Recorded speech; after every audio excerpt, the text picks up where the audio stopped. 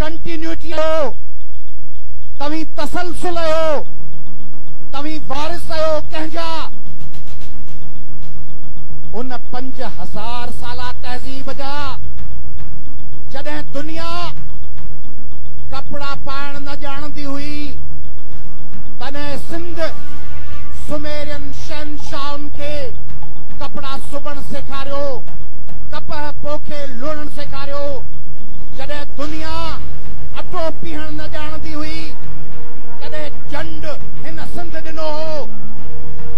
सुमेर जे आकाद जे शहनशाह खे इंजीनियर हिन सिंध मोकिलिया हा।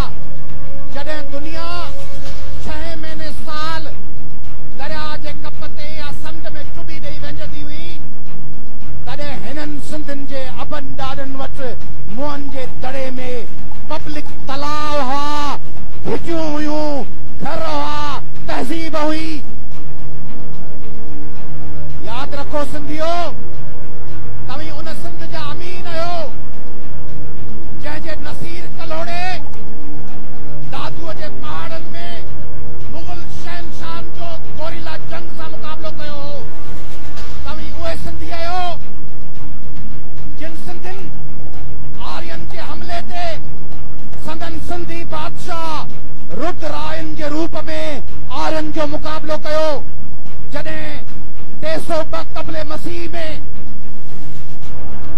यूनान जो सिकंदर आज़म सिंध ते हमलो करण आयो, तॾहिं सेवण वटि सिंध जे बादशाह सांबस साणस मुक़ाबिलो कयो।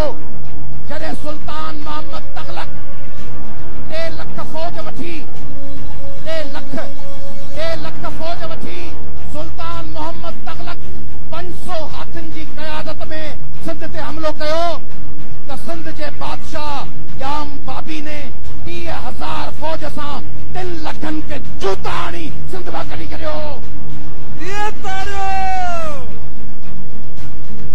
अलाउद्दीन खिलजी जॾहिं हमले आवर थियो, तॾहिं दोदो सूमरो बीठो हो, अरगोन आया, दूल्हे दरिया खान बीठो हो, अंग्रेज आया, होश मोहम्मद शीदी बीठो हो। मुक़ाबला जंगियूं इहो त ठहियो, पर जेके अरब सगोरनि सिंध ते 18 हमला कया, 16 हमलनि में सिंधियुनि अरबनि खे शिकस्त ॾिनी।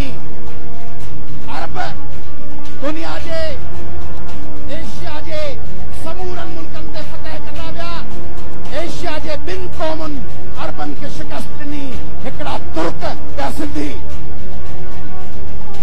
जॾहिं सॼी एशिया जी ज़बानुनि खे अरबी ज़बान धिके छॾियो, तॾहिं अरबी ज़बान जे साम्हूं पेर खोड़े 2 ज़बानूं बीह रहियूं, हिकिड़ी ईराननि जी फारसी ऐं ॿी सिंधियुनि जी सिंधी।